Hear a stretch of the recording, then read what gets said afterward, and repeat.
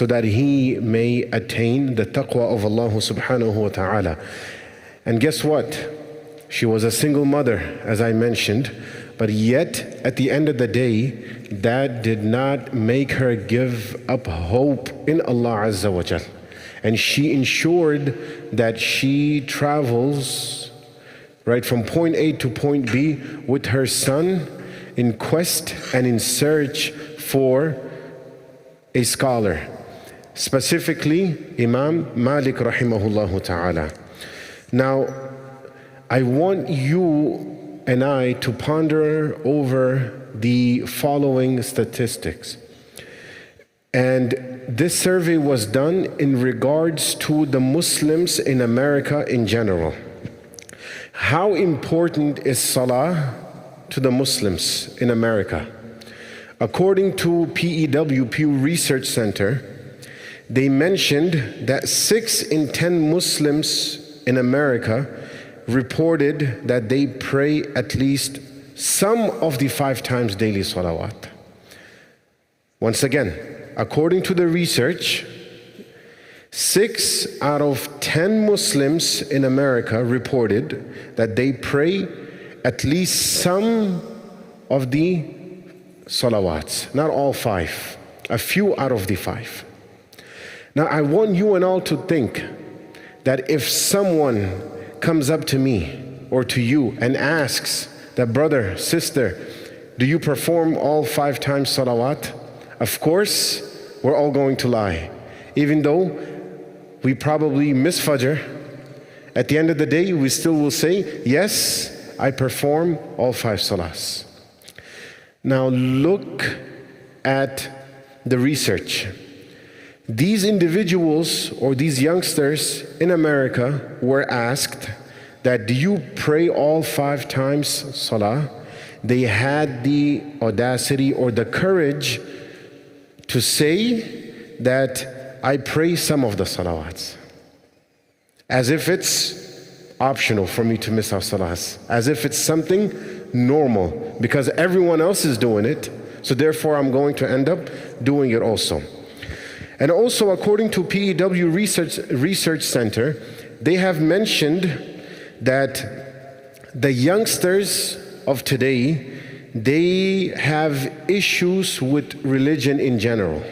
They have issues with religion. Not that they are inclining towards Christianity or Judaism, right?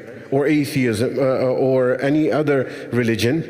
But in general, they have issues with religion itself. So to you and I, our kids may seem very innocent, right? They may be attending Jumu'ah Salah.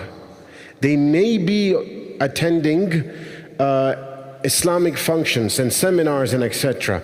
But what's going in their mind, only Allah subhanahu wa ta'ala knows. You and I do not know. Now, many of them have also reported to have issues with Islam in general, many of the youngsters in today's time and era. And why is this relevant? Because it also connects to Imam al-Shafi'i rahimahullah ta'ala, when his mother rahimahullah she ensured that her son grows up in a pious and in a righteous environment. Only there and then he became Imam al-Shafi'i rahimahullah ta'ala, the legend. Only there and then. It was because of the effort of his mother, but of course the father's efforts are also required. But Imam Shafi'i rahimahullah's father was not in the equation. He had passed away. If he was alive, he would have been also involved in the upbringing of this youngster.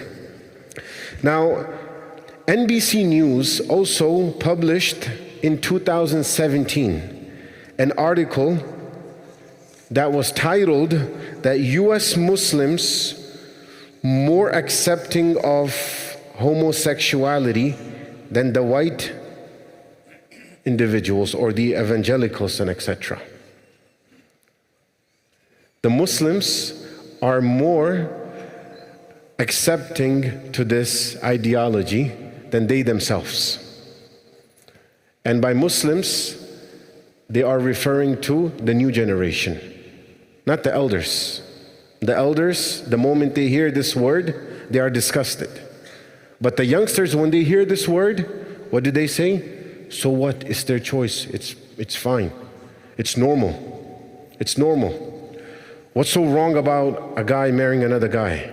There's so many incidents that have taken place within Muslim communities where the girl had ran from the house or the boy had ran from the house. Mom, dad, I'm married. Who are you married to? They married into the same gender. Or I have an attraction to the same gender. Or I feel like I was created and born into the wrong body. And the father and the mother, now they're confused. They don't know. It's that very same child of mine, right?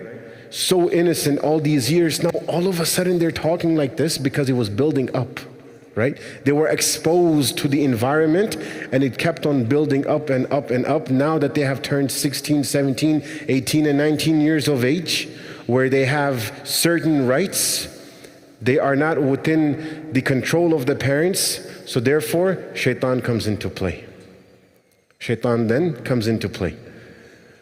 My brothers and elders, us as parents, it is our responsibility as Muslim parents to ensure that our children grow up with the correct mindset, with the correct ideology. If their mindset is wrong from the very beginning, it does not matter how many madrasas or Islamic institutions you send them to. They're not going to change, right? And the effort starts from the very beginning. That first sending them to the correct Islamic institution. It is a responsibility of the father and the mother to sit with them and to talk to them every single night. The scholars have mentioned that we do not understand the power of ta'aleem, right? Or the short khatiras. Like for example, this session of ours is considered to be a ta'aleem session. Sometimes the imam after salat will pick up a book and read one or two hadith. That's a ta'aleem session. So the scholars have mentioned that read to your children about the lives of the Sahaba, read to your children about the lives of the great luminaries of the past and about the A'immah and the pious predecessors of ours, and share with them so that they can also have the correct ideology. Many of them, unfortunately, do not even know why they are Muslim. When you ask them, are you a Muslim? Yes. Why are you a Muslim? Because I was born into a Muslim family. What type of answer is that? So what if you were born into a Muslim family? It's because my parents are Muslims, so that's why I have to be a Muslim. They're confused when it comes to their religion. It sounds very familiar to the words of the Quran when the mushrikeen of Mecca were approached by the Muslims and the Prophet ﷺ that why are you upon this religion, the religion which teaches you to worship other gods and idols? The answer that they gave was not a spiritual answer. The answer that they gave was what? وَجَدْنَا آبَاءَنَا, that we found our forefathers upon this religion. So they were also confused. They had no idea why they were worshiping these idols. They had no clue about their religion, but yet they kept on saying that we are worshiping them. We are worshiping them. So they also had the wrong mindset. So this requires an effort. So we learn this also from the life of Imam Shafi'i rahimahullah ta'ala, the amount of efforts that his mother especially put in when it came to his upbringing. Now later on, inshallah, a few months later, if we're still alive, if Allah gives us the ability and the tawfiq and the time, when we read about the life of Imam Bukhari rahimahullah ta'ala, right?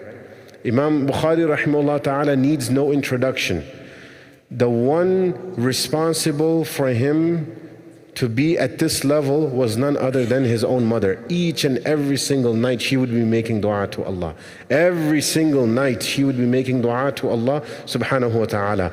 When was the last time that you and I made dua for our own children? Let alone the new generation. When was the last time we made dua for our own children that, oh Allah, we want them to be upon the right track? But when it comes to money, when it comes to everything else, when it comes to their business investments, we will wake up 3 a.m. to perform Salatul Tahajjud. right? For that we're ready to sacrifice, we're ready to give time, for that we're ready to make dua. But when it comes to preserving their heritage, their Islamic identity, when it comes to preserving their Islamic ideology, guess what? At that time, where's the dua? My brothers and elders, I will end off with this one short story of Imam Shafi'i rahimahullah. Upon an occasion, Imam Shafi'i rahimahullah ta'ala was having a difficulty when it came to memorizing. He had a photographic memory. So he went to his ustadh, Waki' ibn al-Jarrah, and he said to him that I am having difficulty when it comes to memorizing the books and understanding. And he's only a teenager, he's a youngster, about 12, 13, 14 years of age. And he's a hafiz. So Waki' ibn al-Jarrah rahimahullah said that it's probably because you committed a sin. So he said in the poetry, Shakawtu ila Waki'a su'a hifzi, that I complained to Waki' about my memory being weak. فَأَوْصَانِي إِلَى تَرْكِ الْمَعَاصِي, and he said that leave sinning. فَإِنَّ الْعِلْمَ نُورٌ مِّنْ إِلَهِ, for verily this knowledge of Quran and Islam and Hadith, it's a celestial nur from Allah Azza wa Jal, and this nur cannot be given to a person who sins. This nur cannot be given to a person who sins. Now Imam Shafi'i rahimahullah ta'ala, he's trying to understand where he went wrong, and he realized that upon an occasion when he was in the market area, accidentally when the wind blew, accidentally he saw the shin of a woman being exposed. And he saw her shin accidentally. And he immediately looked away. And he immediately looked away, and that affected his memory. For those of us who sit and ponder over the fact that why is it that when I recite the Quran or read the Quran and try to memorize it, I cannot do so? Why is it that when I read a story about the Sahaba, I remember it at the moment, the next day I don't remember it? Why is it that when I read something pertaining to tafsir, right, it just doesn't stick into my head? And then we justify it by saying what? Oh, life is very busy. I'm at work. Life is very busy. I'm at work. No, life is not busy. Yes, everyone works. Imam Abu Hanifa rahimahullah was also a merchant. He was more busy than you and I. But at the end of the day, they had one common factor. And that was immediately when they realized that they committed a sin, they would ensure to not commit that sin again. But when we are corrected, what do? We justify it. We justify it. And we say that, who are you to correct me? No, that should not be our situation as Muslims.